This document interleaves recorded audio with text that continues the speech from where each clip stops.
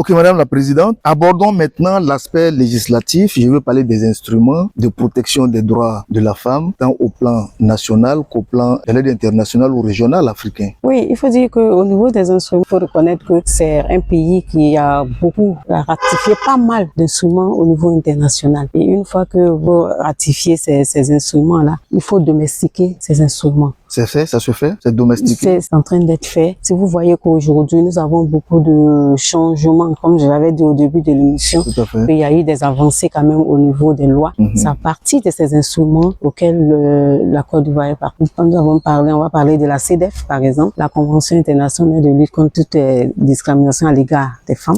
La Côte d'Ivoire a ratifié cette convention. Au niveau régional, nous avons la Charte africaine des droits de l'homme relatifs aux droits de la femme, qu'on appelle le protocole de Maputo, qui est ratifié. Il faut dire que ces instruments-là, ce sont des instruments efficaces même pour la protection des droits des femmes. Et encore en plus de ces instruments, il y a la création des institutions. Nous avons un ministère dédié à la situation de la femme, à la promotion des droits de la femme. Nous avons aussi ONEG aujourd'hui, qui est une institution nationale qui essaie de travailler sur l'égalité des genres en Côte d'Ivoire. Et là, on a pas mal aussi d'organisations qui travaillent dans ce sens-là. Et ça fait que on arrive quand même à faire avancer les choses. Et on a les lois aussi qui ont subi beaucoup de transformations. Aujourd'hui, nous avons une loi, la loi contre la mutilation génitale féminine. On a une loi aussi contre les violences domestiques qui a été votée en 2019. Nous avons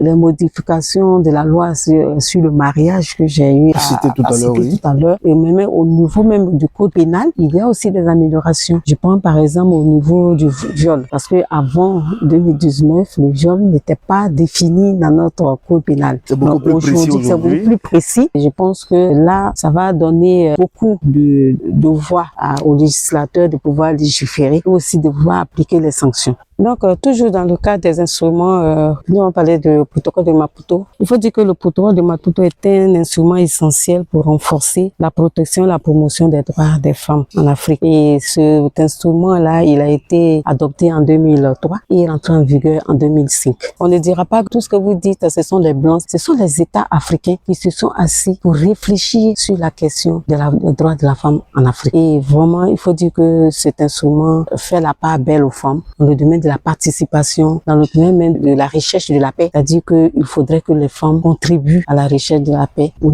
participent aux différentes négociations. Donc, c'est un instrument très, très important. Il reste donc le défi de la mise en œuvre.